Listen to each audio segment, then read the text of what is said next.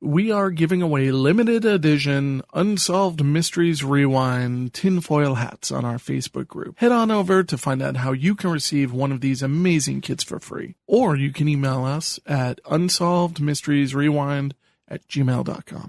We cover many serious issues in this podcast. This discussion may contain reference to domestic violence, sexual violence, violence against children, suicide, drug use, or graphic depictions of death or dead bodies. It is not suitable for all audiences. Tonight on Unsolved Mysteries Rewind, two friends get together to discuss episodes of their favorite television show, Unsolved Mysteries. Will they find answers? Will anyone care? You may be able to solve a mystery.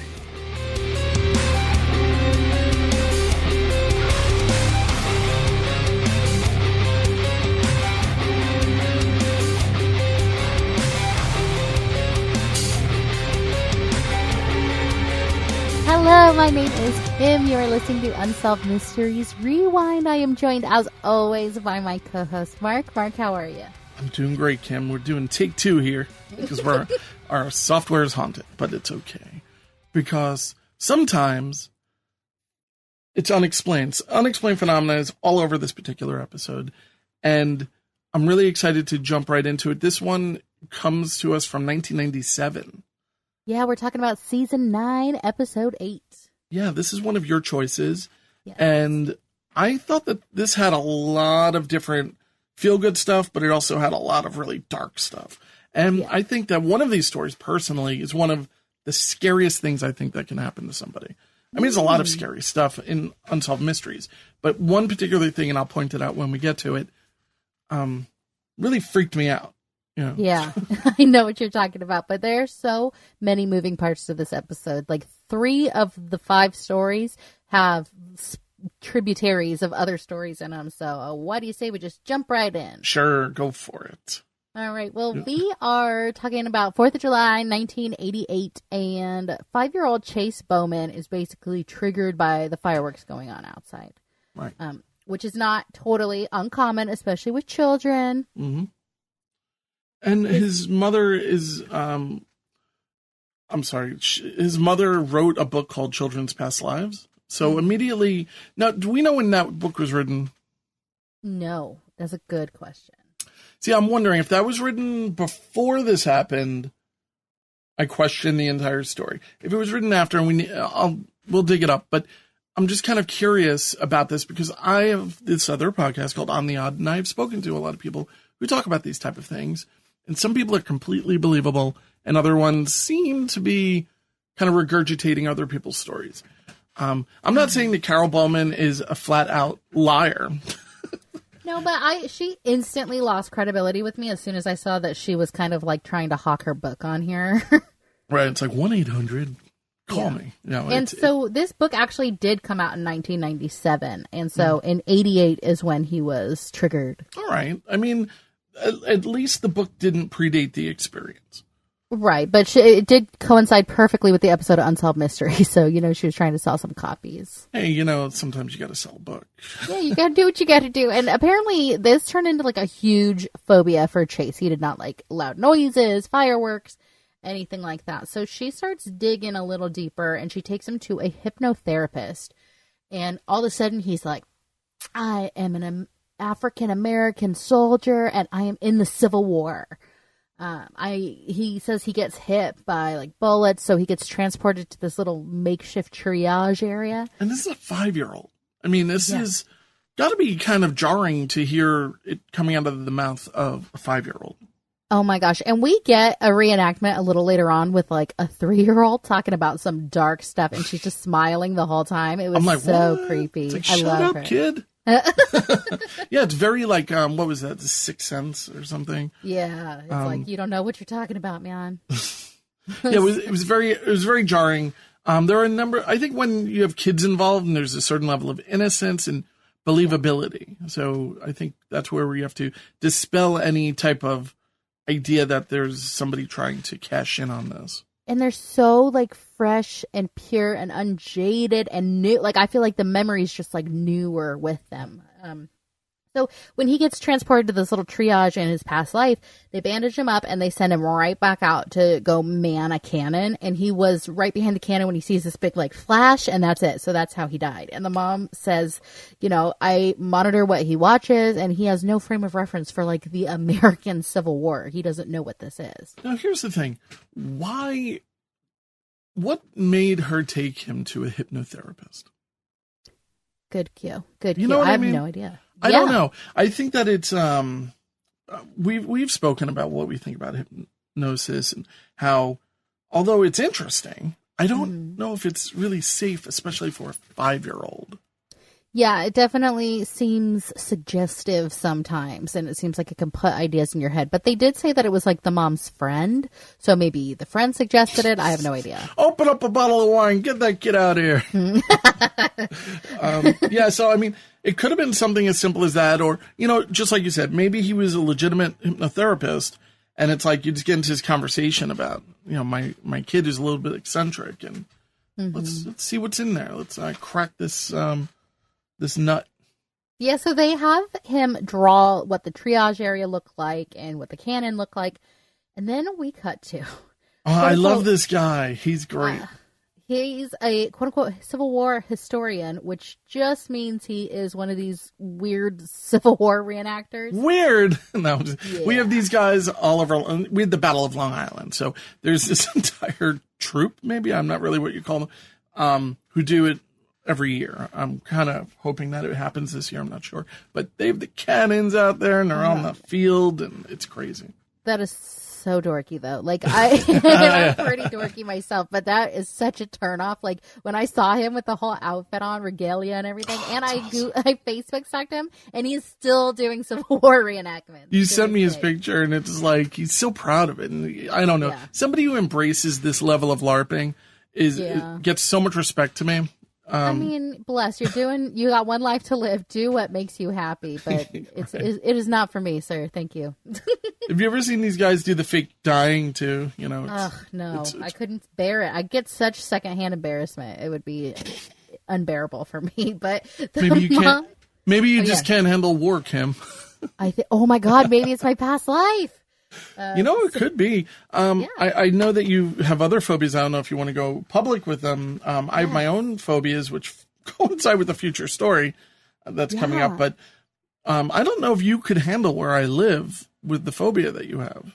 No, I don't think I could either. It went away in my adulthood, but it kind of came back a little later. So when I was a 2 or 3-year-old kid, like, I could not handle airplanes. Airplanes used to scare me so much in the sky because I thought they were going to fall out of the sky. So my mom forced me to wear a hat everywhere I went so that the brim of the hat would so I couldn't see the airplanes. And I was totally fine after that, but I would freak out. And my mom was like, I have no idea where this is coming from, because how do you know, like, that's not supposed to be up in the sky and maybe it'll come down. So that was like a huge fear I had for a long time. I will not go on an airplane. I can't handle it. Have you ever flown? Yes. And you just hated it? I hate it. We flew from Oregon, where we were living, to Florida to go visit my husband's family like 5 years ago. And I had a full-blown panic attack. And I told him, I was like, this is the last time I am flying. I will never get on an airplane again. I hate flying too. I do hate it, but I think it's more along the lines of, I don't like being near so many people. If I had my own plane, I'd be like, all right, let's do this. But I don't like it. I always feel like my something's gonna pop. I don't know. Ugh, yeah. Yeah, I have a lot of my own personal fears, but I'm afraid of bridges. Bridges are one of those things. And again, I live 10 minutes away from JFK Airport. So I mean, growing up around here, you can see when a plane is over my house, the wheels are down, Mm-hmm. So it's kind of crazy. And even when they take off, the wheels are only kind of going up. So I'm really close. And the bridges around here are pretty long and high. So, so I kind of hate it. Nobody can talk to me when I'm driving over a bridge. Mm-hmm. No, definitely. I'm like, my hands are like gripping the wheel. Oof, I hate that feeling too. I don't love going over bridges, but it's not quite that bad. But was that like ever since you were a kid? No. This is like something that kind of started late teens, maybe. I think once I started learning about physics, Yeah. I started learning about how unstable a lot of the bridges are in the country and how they currently still are. I mean, the bridges in the country are terrible. Oh, yeah. And then I got into film and I got all of these historical photos. And there's one very famous shot of a bridge during an earthquake or something. And it's like twisting and it's really horrifying. All this weird stuff that I learned that is all legitimate. And so when I go over these bridges that are literally 120 years old, it's a little bit frightening. On the other hand, they just changed the bridge out here. Instead of it being like this big, ugly, scary bridge, the way they designed it has an open top. I don't know which bridge it is. I'll dig up a picture. I'd say a good 70% less agita going over that bridge. Okay. I don't know why. And also I know the construction is far superior to what was created like on the Brooklyn Bridge. Well, maybe you are similar to little 2-year-old Leah Lutter. No, I want to talk about me, not Leah. I'm sorry. All right, go on. Well, when she's 2.5, she is in the back seat and her mom's driving her home and she goes, Mommy, this is just like where I died. Oh, shut up, kid. Just shut up. The mom's like, excuse me, sorry, what? And she's like, yeah, I crashed my car and this is where I died. And so the mom's like, where was Mommy during all this? And she's like, no, you weren't here yet. I was an adult. My feet could reach the pedals. I was driving over the bridge. I crashed, came out of the car, fell into the water. I hit my head on a rock and I could see the bubbles going up. As she's taking her last breaths, and she goes, and that's when I died. And she's just smiling. It's just so it's like creepy. a Dora the Explorer doll, you know. It's really, really, the reenactment of this really was creepy, I thought. I think they really nailed the creepiness of it. Yeah, definitely. My 2.5-year-old never said anything like this. Nothing creepy like this. Oh, maybe he's fresh. Yeah, right. He said creepy stuff since, but this type of stuff is... Like, how do you call a 2.5-year-old, a liar? You don't. It happened. Like, that's what I think. This is before YouTube. This is before Instagram. This is before violence on TV, maybe. I don't know. Maybe not that. But where would this kid have seen these type of things or learned about them and be able to describe something so eloquently in a way? And the other kid that we talked about, Chase, he's 5. He's a little older. He's had a little more experience. Loud noises scare. He's getting his own idiosyncrasies. But this little girl is like so matter of fact in the way she's talking is so creepy. And then, we briefly kind of talked to Colleen and Blake Hawken. And just basically when Blake was 3, he's like, my ear hurts. A man hit me with a truck. And the reenactor goes, you were outside and a man hit you? Like, she is... Yeah, like, it's like, what? Where is this guy? And, she's about to kill somebody. Yeah, and he's like, no, not here. Before, I met you, I was driving and some guy ran over me, and that's when I died. And so we meet this guy, Barry Beyerstein, who has since passed away, but he just says, yeah, kids are creative and they like to fantasize, obviously. That's probably the most likely explanation. When I say this all the time, whenever I... see your Facebook links, because you dig up these people's Facebook just to see if there's any type of, if they're alive, if they're, continuing to do these things. Totally. One day I truly do hope that I have a connection to some of these people. Oh, that'd be amazing. Or maybe not. It's going to be somebody creepy. It's going to be somebody who threw their girlfriend off of a balcony or something like that. Ooh, all right. That didn't happen. Well, not in due time. Different episode. Yeah. Of course. Well, now we get to move on to more feel-good story. We got Pet Heroes. Yay. Yeah. Yeah. Oh. No, it's... At this point of the episode, I thought, this is, it's a nice episode, I guess. I just didn't know where the episode was going, and I was pleasantly surprised to learn that the episode is a huge episode. Mm-hmm. So even though I think, this... And I did not expect to care so much about Boo. I cried. Yeah, I totally tear up whenever these dumb dogs do such miraculous things. It's incredible. Yeah, I don't know what was going on with me, but I definitely shed a tear when I saw Boo was swimming out in the pond. I look at my dog, and I'm either one, just lying there or humping something, and it's like, you are useless. You wouldn't do anything. I think one of my dogs would do what Oscar does a little later on, but I don't think the rest of them would even blink like if something happened to me. And treat. Yeah. And they hate our river because that's how we bathe them. We bathe them in the river. So they hate going to the river. So they definitely wouldn't go swimming out for me. But we have Lillian McDermott, and she's taking her little dog, Boo. Little dog. That was a big old dog. And like half a mile upstream, there is a deaf and mute amateur prospector named Link Hill. And he was just dredging the water for gold, and he had gone to fetch a gas can. And Link falls in the river, and he gets swept downstream. And this is like a swift moving river. Yeah, so we've seen prospectors on this show before, so I don't know. Yeah. There seems to be a pretty dangerous type of thing. You wouldn't think this would happen so much. Yeah, it was not nowadays. Like, that was really odd. But Boo sees him, and he swims out to Link. Link's like, flailing. He can't scream or anything, but he's just flailing. And Boo grabs Link by the arm and pulls him back to safety. Yeah, and I was like, oh, good boy. What a good dog. I know. And Beatrice Leidecker, who is an animal communicator, said that Boo probably picked up on like the fear that Link was emitting. Mm-hmm. And then we meet animal behaviorist Susan Hess, who says, well, he's a Newfoundland, and that's what they do. They do water rescues. So, womp womp. Yeah, her initials are so let's just leave her alone. But what is your opinion of animal communication, like through telepathy?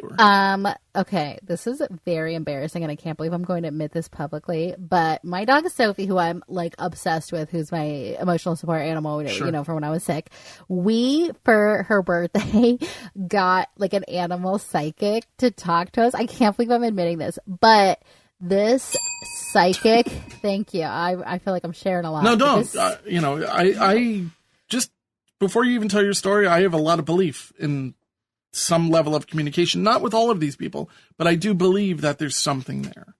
Yeah, like she told us stuff, and I know everybody says it, but she told us stuff that she would have no way of knowing unless she was communicating with our dog. Like, it was such an emotional experience to have with her. I was bawling my little eyes out. Oh. Like, we had this one experience where we thought that our dog killed 2 of our chickens, and because she was in the backyard. Anyway, long story short, she told us like that dog didn't kill the chickens, but we never even brought that up. She goes like, "Oh, Sophie's showing me 2 chickens. She wants you guys to know that she didn't hurt them. She never would hurt them."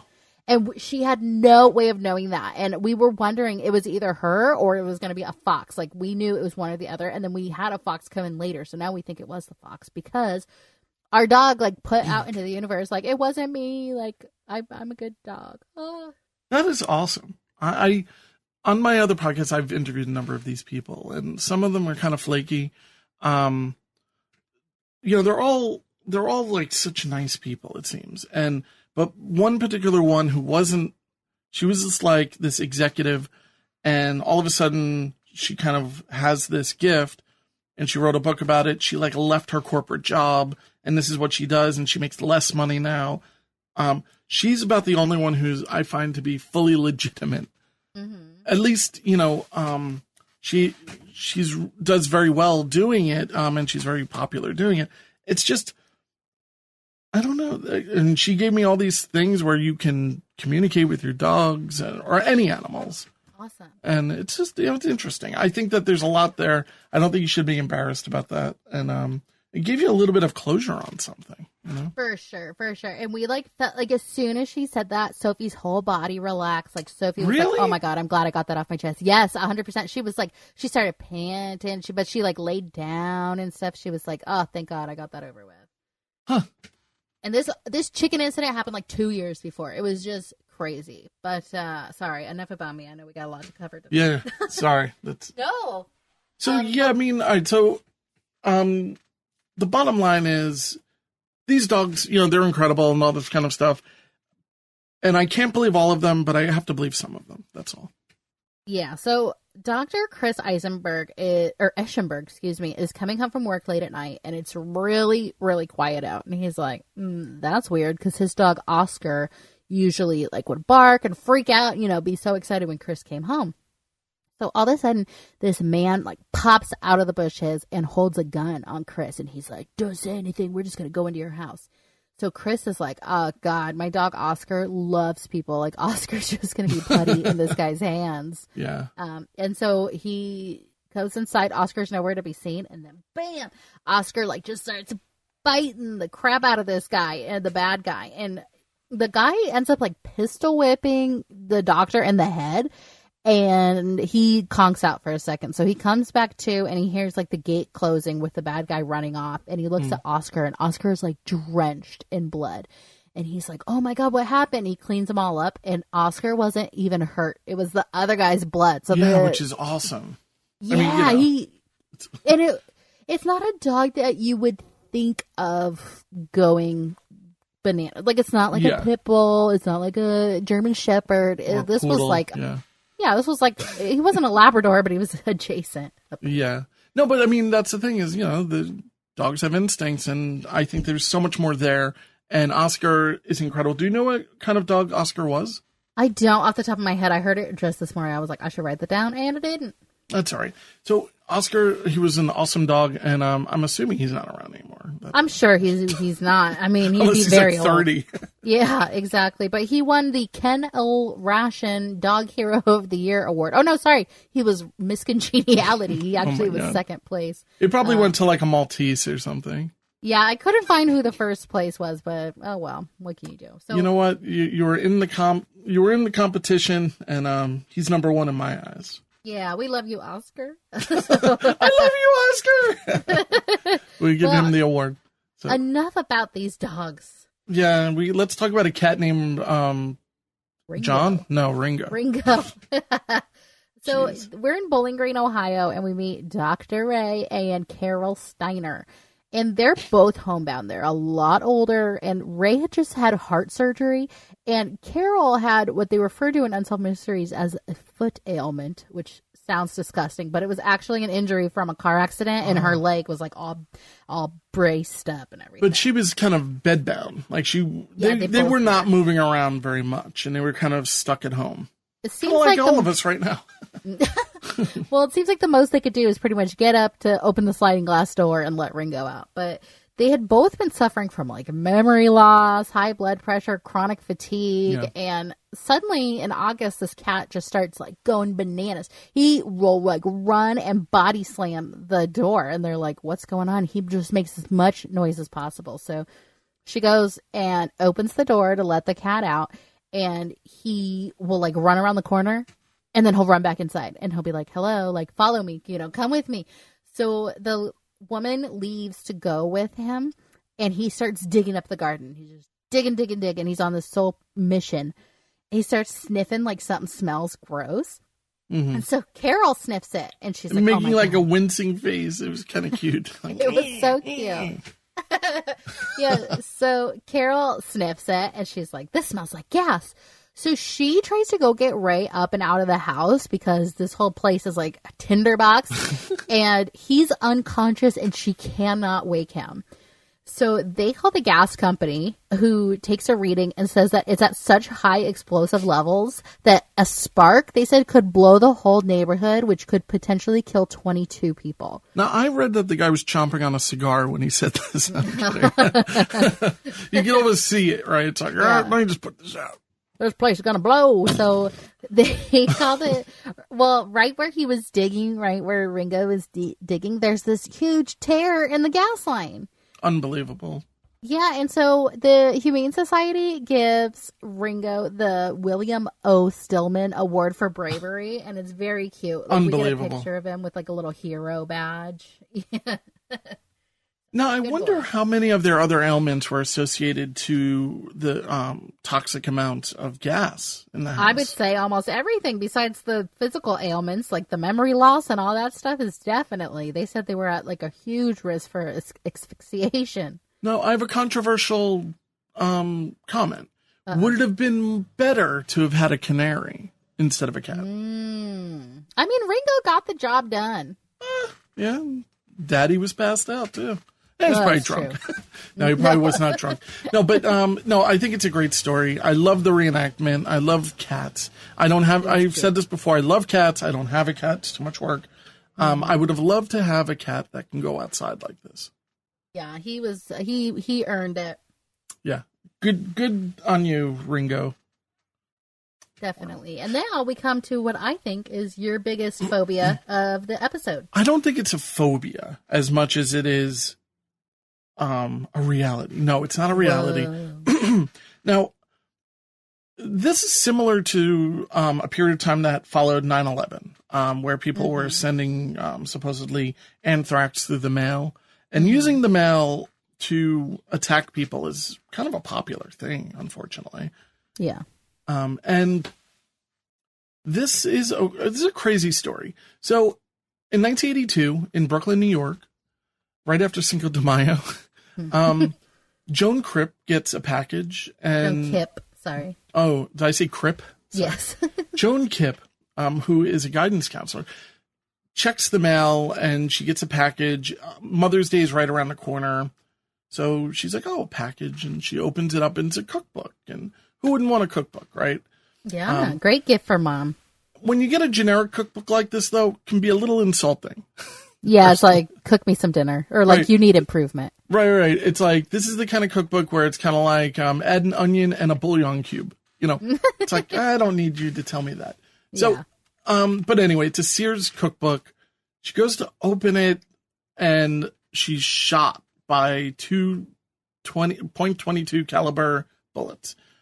Crazy. Yeah, it's kind of like somebody opened the book, hollowed it out, and created an improvised zip gun, which shot in two different directions. I'm not really sure if this one shot in two different directions. Yes. No, it did. It shot in 3 because there was one in the wall too, but 2 of them hit her. Oh, I see. That's the way you would do with something like this. I mean, zip guns are something that was really, really popular in the 30s and 40s. When you had a lot of gangs in New York City, people would like literally make guns out of pieces of wood, pipe, and pieces of like copper wiring. It's crazy. Yeah, it is really crazy. And if you guys want to learn more about this story in particular, there's a website called Hay Ridge that has an article called The Bad Old Days that goes into excruciating detail about these stories. And it is just a really interesting read. Now, you dug up some information that was not in Unsolved Mysteries. As always, you dig up these amazing tidbits. And on the inside of the book, it was inscribed, supposedly, Dear Joan, you're dead.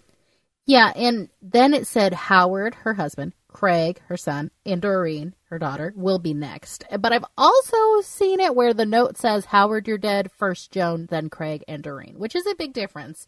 But either way, sadly, she did die in the hospital that evening. And on Unsolved Mysteries, they say, no one knows who killed her or why they would want to. But an interesting side note is that 3 months after she died, her 28-year-old son, Craig, was actually charged with her death. And handwriting on the package was similar to his known handwriting, and a bomb-sniffing dog detected his scent on the package. So in June of 1983, charges were dropped because there just wasn't enough evidence. And police say that he was very knowledgeable in wiring and electronics because he used to work with doing electronics and wiring on like naval ships through his dad's business, and that his dad had recently fired him. So they think that Howard, the dad, was the target of the son. And Howard says, no, like, my son's innocent. He wasn't fired. He actually quit. But Howard says that he thinks either a student or a disgruntled parent would want to, quote, pull a prank on her and give her a scare, but they weren't meaning to kill her. The other thing that I think is interesting to mention is that she was in the middle of a campaign to be the vice president of the Board of Education, and she was expected to win. So just saying, that could also be a place to find some motive. Now, I don't want to throw Board of Education type of things out there because we were just in the middle of something here, and we uncovered all of this weird stuff. Board of Education things, there should be a documentary out there about how competitive it gets. We had a certain group of people who created a video that they sent to well over 1,000 people on how to basically vote and manipulate the vote and to write in the name of a candidate. because here in New York, we were mailing in all of our ballots this year because of coronavirus and everything. So they came very close to winning. They did not win, but they got well over 1,000 votes for this person that nobody's even heard of, So there's a lot of stuff that kind of goes on with Board of Education, and people are like, oh, it's like PTA crap. But we're talking about 3 to 5 people who oversee literally $100 million. It's a serious job. So if you're listening, you should get involved in local politics and run for Board of Education. You get to see all the fun of all of this. But anyway, I just wanted to mention it would not surprise me so much if this was a Board of Education type thing. Right, I know, and that is definite motive to me, and I never saw anywhere mentioned where they investigated anybody even involved with that, but basically it's pretty quiet until over a decade later in October of 1993. A retired New York sanitation worker and his wife are on vacation in Pennsylvania. Oh, and they're just hanging out. Yeah, and he's just like giving her crap about donating to charity. He's like, I told you to stop donating to these charities. And she's like, I'll write a check to the ones I like. So the children come and visit, and they bring the mail from the westerly neighborhood of Staten Island where they lived. They brought their mail because they're on vacation in Pennsylvania. Well, they open it up, and it's like a commemorative medallion from a charity organization. So as soon as he opens it up, it shoots again 3 bullets going in 3 different directions. So one hit him, one hit his wife, and one hit their granddaughter, Liza. And there have been 3 more attacks since, which is a total of 5, and they all happened in New York. So Robert Stack tells us, each package contains a lethal homemade weapons that fires 3 bullets in 3 different directions. So you're pretty much guaranteed to get hit by this thing. Yeah, this is really nuts. I mean, it's got to be really scary. You're getting a gift in the mail. I mean, how many, especially nowadays? I mean, oh my God, I get Amazon Prime like every day almost. Right, or like where you get those shady packages from eBay where it's like, what did I order? And it's like you're opening and you're like, oh, it's almost a surprise. I ordered this 3 months ago. Yeah, and it'll be like handwritten and stuff. And we meet Gregory Ratigan, who's like the hard-boiled postal inspector for New York. And he says, if you ever get a package you don't know, call the person who sent it to you before you open it. Which, yeah, that makes sense. Who's going to do that? It's like, listen, stupid, you're fired. Yeah. Your advice is not at all good. And this is advice he was giving, when was it? 1997. Mm-hmm. So it's like, this isn't 1987. Yeah. You can't just call people. It's ridiculous. eBay has already been, implemented here. Yeah, it was bonkersville. But we, this story. Oh, I'm sorry. Go on. No, please. No, the next story was Stephanie Gaffney, who's a pregnant mom. Well, not a mom yet, but she's pregnant. And I'm assuming she's not a mom yet, but I'm not sure. So she's pregnant. She's opening her mail, and there's a book, and she opens the book, and boom, boom, boom. And the sound effects here are on point. It's always 3 bullets. Mm-hmm. Yeah, but the graphics are not on point. No, they're not. Because at 27 minutes and 43 seconds, you can clearly see that her baby bump is just like a pillow with a strap around it. And we'll post a picture on the Facebook page, Unsolved Mysteries Rewind Podcast on Facebook. And oh my God, it was so, I was like, really? And it's like a machine gun when the sound effect goes off too, which is, I always wonder, what does it sound like? I keep thinking it's just a single explosion. Not really sure. I have no idea, but oh my God, I was so worried for that baby because God, yeah. The mom is hit with shrapnel from each bullet, but the baby isn't hit, but the baby is in severe distress. She's 8 months pregnant, and the baby has to be delivered like right now. So she luckily has a happy, healthy baby girl. We get to see a little update of them. And she says, if she had not opened the book on just a slight angle, she would be dead because that's the only reason why she got just little bits of the bullets. It's crazy. And all these places are within, I'm just going to look where Bath Beach is, the next story. I'm always amazed that so much bad stuff happens so close to me. I'll bet. Yeah. So in Brooklyn, New York, and Bath Beach, we have a 77-year-old realtor who had a near miss when he opened up a rigged package, which was addressed to his wife. And it ended up going through like the walls and the windows, but luckily nobody was hurt. So there have been no zip gun bomber packages since 1996. Now, there is a man who we will call Stephen, who is a suspect in this case. Now, Joan Kipp was one of his guidance counselors at the high school, and police busted in on him for whatever reason, and they found that he was making similar bombs. He was hollowing out books and putting, they call it a bomb, but it's not, it's a gun. So he was in jail at the time of her death, but they think maybe a friend on the outside kind of helped him with that. No charges have ever been filed against him. But here's my crazy theory. Is it possible? I'm just saying, is it possible? I'm not accusing that maybe the son was involved in the first case and then the rest were a copycat, because it took almost 11 years for another case to happen after Joan Kipp was killed. Yeah, I mean, I think it's likely, actually. I think that immediately my head is spinning. I'm like, oh, how would you make this? It seems like kind of a fun project, fun with quotes around it. But if you're dark enough where you can actually put it into play, I don't know. And please don't. Why not? Yeah, please don't. But yeah, I mean, I always think, I don't want to say what you would need, but it really would be kind of an interesting project, and I'm sure that there are other people who've created things, and copycat things we know from the news is totally something that happens. And definitely, I'm just curious if they were kind of identical devices.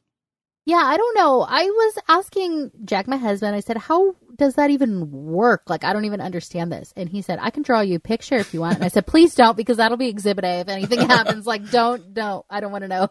Now eat it, Yeah, exactly. But yeah, I mean, it's unfortunately, it's probably just a triggering mechanism. It's really probably a very simplistic thing. And that's the problem with zip guns. Zip guns are extremely dangerous because what would often happen is they would explode in the person's hand and you would lose your hand. Yeah. Wow. And the other person would still have a bullet in them. It's the gangs of the 40s and 50s are lunatics. Mm-hmm. With the pipe bombs and zip gonorrhea guns. eye gauze. Oh my God. Well, those are rail guns. Those are. Ooh. We're talking about basic adolescent gangs that were on this, in Brooklyn. Oh, I got you. But, not serious, just, hoodlums. Hoodlums. Well, this next story to me is the meat and potatoes of this episode. This is what I'm about. So I've read a lot of this article called A Deadly Passion by Brian Walston, which is so in-depth about this. So I got a lot of the information from there, and I want to give credit where credit's due. But we start in City of Industry, California. It's kind of outside LA, and we're at the Sheraton Hotel. So on November 21st, 1996 is where we kind of meet up with Unsolved Mysteries, and we see police using a dummy that they fashioned out of fire hose, and they're dropping it off a balcony at a hotel, and we're like, okay, that's kind of weird. So on November 12th, just a few days beforehand, we meet Sandra Orellana, who falls 10 stories, which is 108 feet, to her death on her 27th birthday. Oh, my God. It's the second episode in a row where we had somebody die on their birthday. It's so sad. So earlier that day, she had actually arrived in California on a business trip with her boss, who is 33-year-old Robert Salazar. They work for Skillmaster, which is an employment agency. I got the feeling it was kind of like a temp agency in Houston. Yeah, that's what it sounded like. Skillmaster. We get you skill. Exactly. Now, why were they there? Was it a convention? Well, she went with him because Skillmaster had recently acquired a company in California. And so they went together to go just kind of meet their new people. Mm-hmm. She was the manager who oversaw workman's comp claims, but she originally started work as his assistant. and he is the general manager of all operations. So she is engaged to a man, and he's married with 2 kids, young kids. He's been married for 16 months at this time, and they have an 8-month-old child. Oh. So we meet attorney Michael Sydow, who represents Sandra's family, and supposedly he had taken her along to interview for like a new high-level job at that company that they had just acquired. But on the morning of the 12th, they check into their adjoining rooms, and around 6:30 the next day, on the 13th, another hotel guest actually saw Sandra's body, and it was naked except for a camisole. So when police get there, they take her, and they see that she has a blood alcohol content of 0.22. Now, you found an interesting fact about the level of alcohol that, that this would be, and what would be her physical state at this point?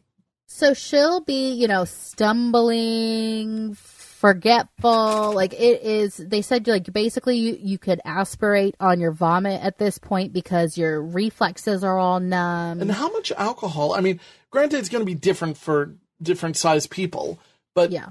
How much alcohol is that? I mean, what kind of consumption? Do you happen to know? I mean, I know that they were out to dinner with the guy who they are acquiring everything from. And they had a few drinks there, and they're getting a little tipsy. And then the guy who they're acquiring everything from, drops the 2 of them off at the hotel, and they keep drinking at the hotel. Now, I know she's 5'2". She appears to be very slender, so I would imagine it doesn't take much to get her there. But 0.22, I think the if you get pulled over with a 0.05, you get a DUI in New York. 0.08 here. Oh, it might be 0.08. But we're still talking about nearly 3 times that limit. Yeah, it's 3 times the legal limit. Which is a lot more than just, a glass of wine. Oh, definitely. Yeah. Oh, they were drinking. And so police actually question Salazar as soon as they find her body. And he says, I took her to her room at midnight, and I never saw her again after that. So we meet Lieutenant Raymond Peavy, who says, like, at first they believed him, but they noticed what looks like a scratch on his forehead, and they found his underwear and one of his shoes inside her room. Oh, that's weird. Yeah, so they question him again. They're like, hey, any idea how your underwear would show up in her room? And he goes, okay, you got me. Like, I went in the room, we had sex, we had some post-coital balcony fun times, and she just kind of like, woohoo, straddled the balcony. And that's when she fell off. And I was so scared that I just kind of ran back to my hotel room, and I prayed that it didn't actually happen. Huh. So I didn't get help. How'd that work? Oh, heavens, no. Yeah, I know. And then here's the thing. The next morning, he calls her multiple times, and they're like, get down here, sleepyhead. Like, what's taking you so long? Meanwhile, he knows that she fell 10 stories. But nobody's found the body at this point.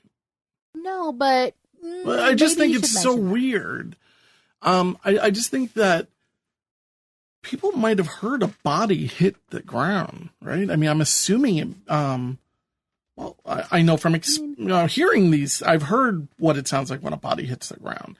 It doesn't sound like nothing, And I mean, it's possible it fell in bushes. I'm not really sure about any of those type of details. It didn't. It was like brick on the it was like cinder blocky type material, but the thing is, it was like 1:30 in the morning, something like that. It was definitely well after midnight. But where this story takes a turn for the salacious is that everything I read said that they were actually having sex on the balcony, which makes more sense when you're talking about what happened. I mean, let's just assume they're having the affair.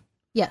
I also want to just point out that the end result here is he's innocent. We're not claiming he is not. Right. And that's the final end of result. We're just talking about the shadiness of the situation and what appears to be other things. So yeah, I mean, they're drunk, they're having an affair. Let's just put that out there. Let's just assume that is correct. And they're having this wild time for her birthday. I mean, there's a lot of things that are adding up. he's probably in some stilted, he's probably freaking out because he has kids now. And yeah, I could so see this happening. And in my version, granted, this is like a lot more graphic than I would normally be with another married man. But I'm just saying, talking to you. Yeah. But like in my mind, they were having sex on the balcony.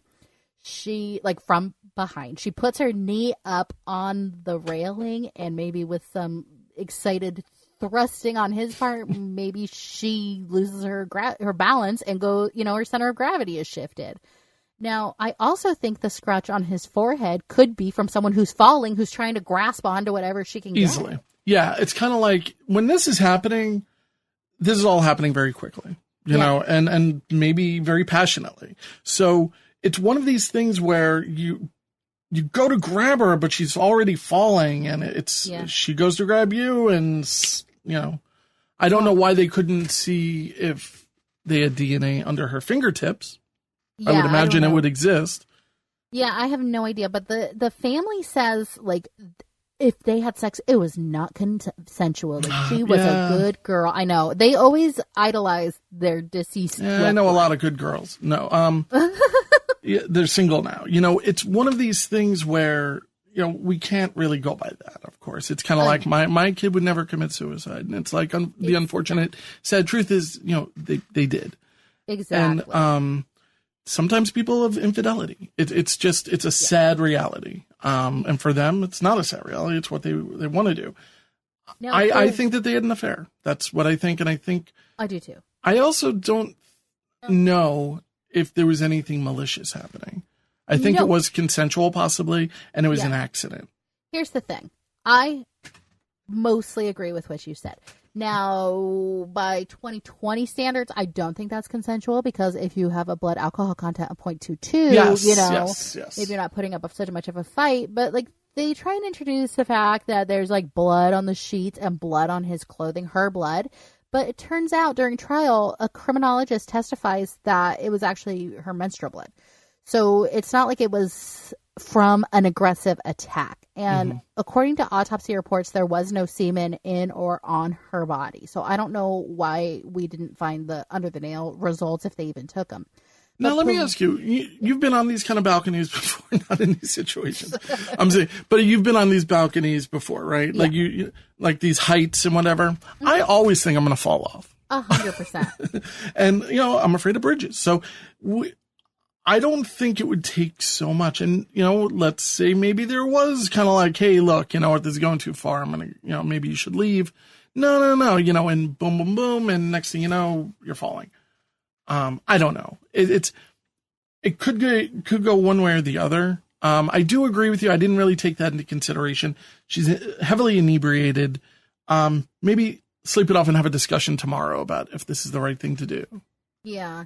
And like police think their theory is that she was passed out. He started raping her. She woke up and then they fought, and then he just dragged her out to the balcony and threw her over, which I just don't personally see happening. I'm not saying, well, legally it didn't happen. So according to her family, she had complained that he was making advances towards her, and she was contemplating filing a sexual harassment suit, but she was afraid of the repercussions that would have for her professionally. Yeah, so it's a weird thing that she wouldn't be more vocal about that before going on a business trip with him. Yeah, and we meet several witnesses who say that they were at the hotel bar.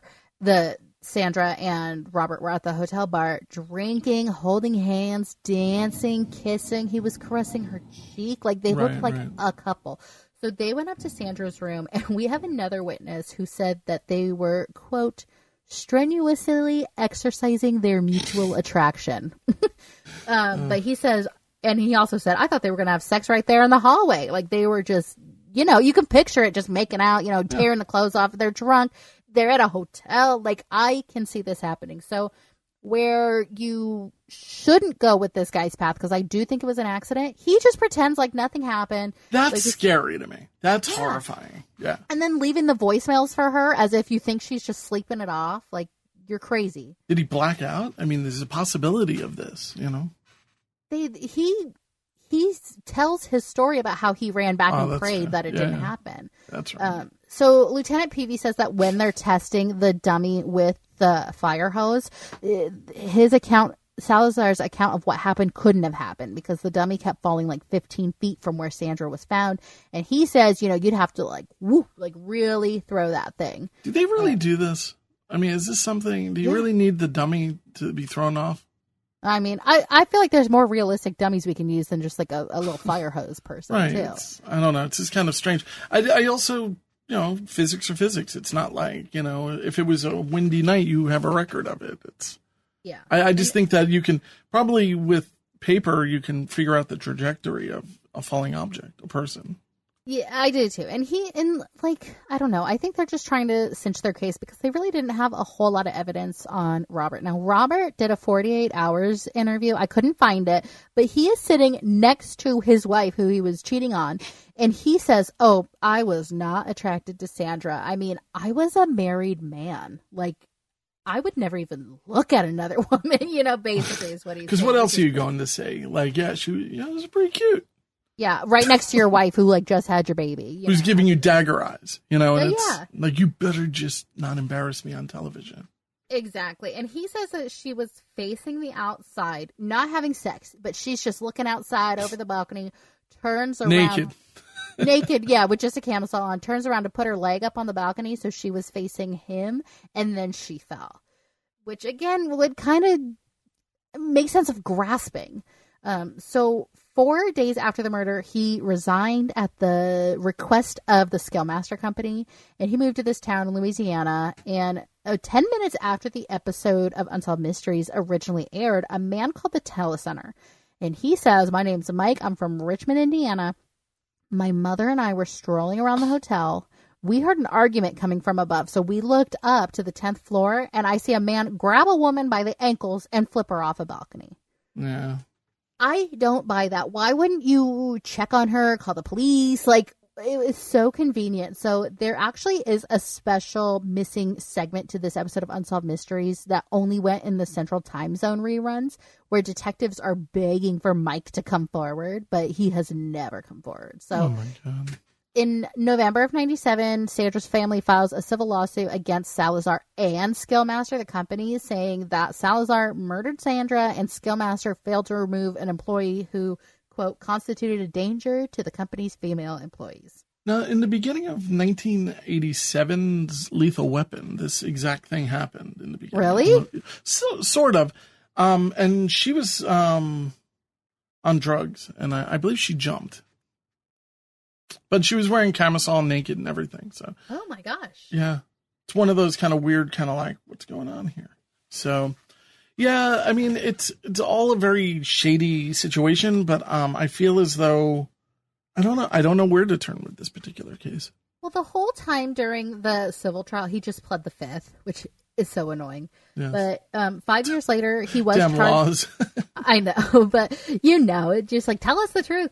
But 5 years later, he was actually charged with her murder, and the jury found him not guilty because there was no sign of a struggle in the hotel room. So Robert and his wife are divorced, and it didn't work out. Ugh. No, but guess what did work out? My Google searching. I spent like an hour and a half, 2 hours trying to find this guy, and I found his LinkedIn. I didn't look at his LinkedIn yet, and I put a picture of him. Horrified to see if I have a first. No, I don't. All right. He's changed his name, so it was like really tough to find this guy, but I was so happy when I found him. He is still kind of in the same line of work, just living his life, and he is an innocent man, so what can you do? Hopefully he's learned a lesson. If something bad had happened, which legally it didn't. Right, but we're just covering our asses on everything. I understand, but like an accident happened. Let's say an accident 100% happened. Call the police. It's weird that he wouldn't have at least been charged for trying to cover up something. Yeah, it was definitely slime bag negligence. Like, it was bad. So we can shake that story off and go to the fall of 1969. Bum, bum, bum. It's, it's Woodstock's over, right? Yeah. Woodstock boy, oh boy. You basically the cleaning up upstate New York and getting back to normal. Just like Woodstock being over, I'm sure there are a bunch of little orphan babies popping up all over the place. Yeah, and if you think about it, it was the summer of love, and now that the summer of love is over, what is the best thing to happen? A nun should have a baby. Right. Well, no, the Glendeen Butterfield we meet, she gets to see her niece Kellyanne for the first time. Glendeen was born to a nun, not Kellyanne. Oh, all right. I'm sorry. I read that completely wrong. Okay. No problem. Just an interesting fun fact. Glendeen was born to a nun, and then she was actually placed for adoption and adopted at the age of 3. But she gets to see her brother's little daughter, Kellyanne, for the first time. And this is like a baby. Yeah, this story, it was a little convoluted and a little bit strange. So I'm going to please allow you to tell this whole story.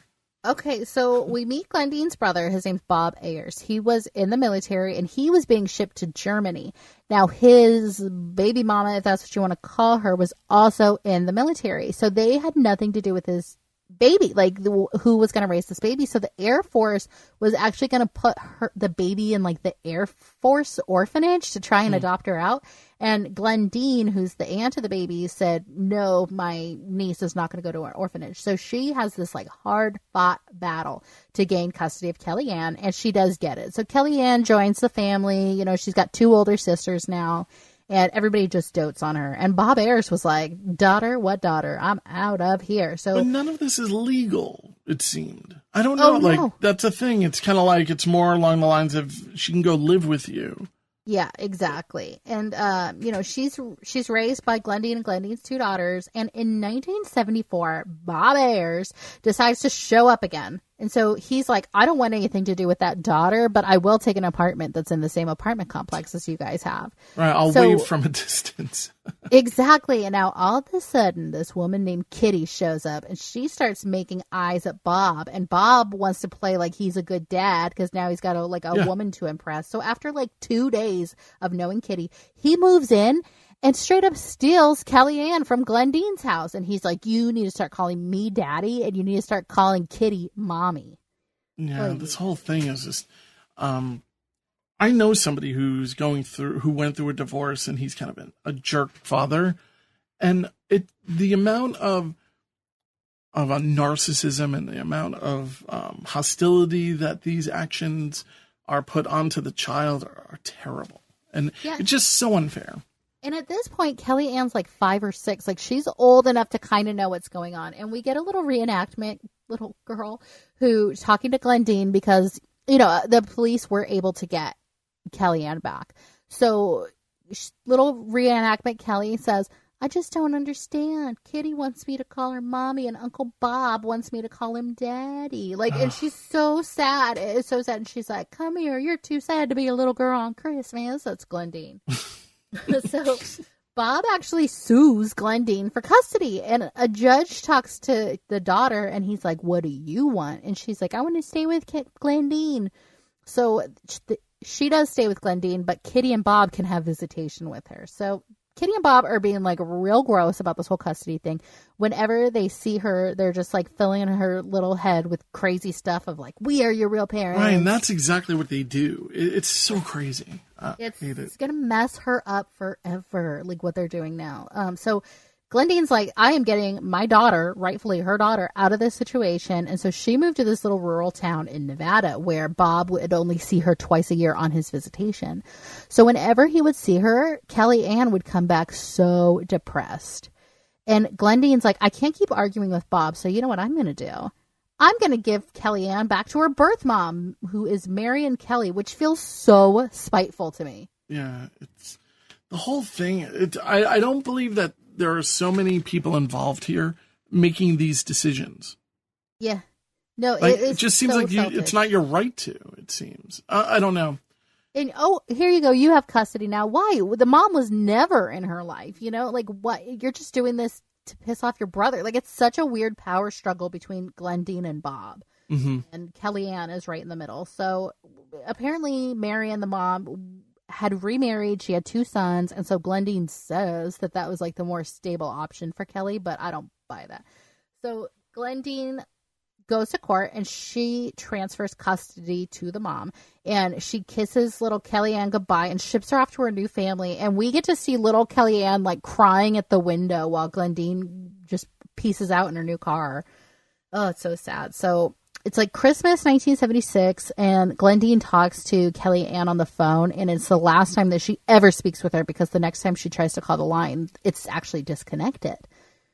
It's 1983 now. Glendeen and Bob are buddies again because whatever issue they had, they squashed. And they decide it is their goal to like search for Kellyanne for the rest of their lives.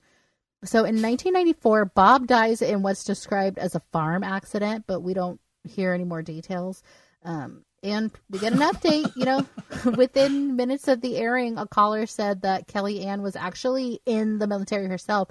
She was stationed at Fort Richardson in Anchorage, Alaska, and they were reunited. And, you know, she said, like, I can't wait for my kids to meet their grandma because you're my real mom, basically.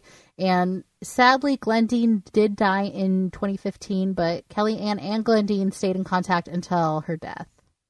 It's just weird. Like, I guess it's good to know that Kellyanne is out there and living a normal life, it seems. Mm-hmm. Yeah, she's got some kids. I found her Facebook. She seems to be doing just fine. She's married. She's still married and has the kids that she had when we had the update on Unsolved Mysteries in 97. And I'm going to say we definitely have a watered down version of the crap that she went through. It's 100%. Just, I really hope that she's able to put that all behind her and move on, because nobody deserves to go through that kind of stuff. No, it was such a tug of war. I think all the adults had their egos making the decision. I don't think anybody really thought what was best for Kellyanne, but luckily she seems to be a well-adjusted woman, as much as you can judge from anybody's Facebook. Now, did it sit well with you that that Bob and Glendeen became close again? No, because then they're trying to find her together because they're friends, because the only reason they weren't trying to find her is because they hated each other. Like, it was so gross. I didn't like it. I really didn't like this story. Yeah, me either. And I didn't like Bob. I kind of didn't like Glendeen. Same. But again, I'm glad that she came out at the end with a somewhat, hopefully, normal life. Yeah, and I mean, I went on Glendeen's Facebook because she has one, and she is so cute and so old. When she, I mean, obviously she's passed, but yeah, it's like a memorial type thing. Yeah, but she seems to have been like a mom to a lot of like wayward people. Like, she's like kind of that cigarette smoky, tough neighbor mom that would like always have a seat at their table available if you needed some food. Like, that's kind of the vibe I got him off Glendeen. Right, just bring your sleeping bag. You're living here now. Exactly. But all in all, I thought that this is, again, a whirlwind of craziness. I'm always happy when somebody goes through all of this terrible stuff, comes out at the end, leading a normal life, and not like, you know, died from, you know, suicide or something, which it seems to happen. Yeah, definitely. She could have definitely gone down a very depressed route.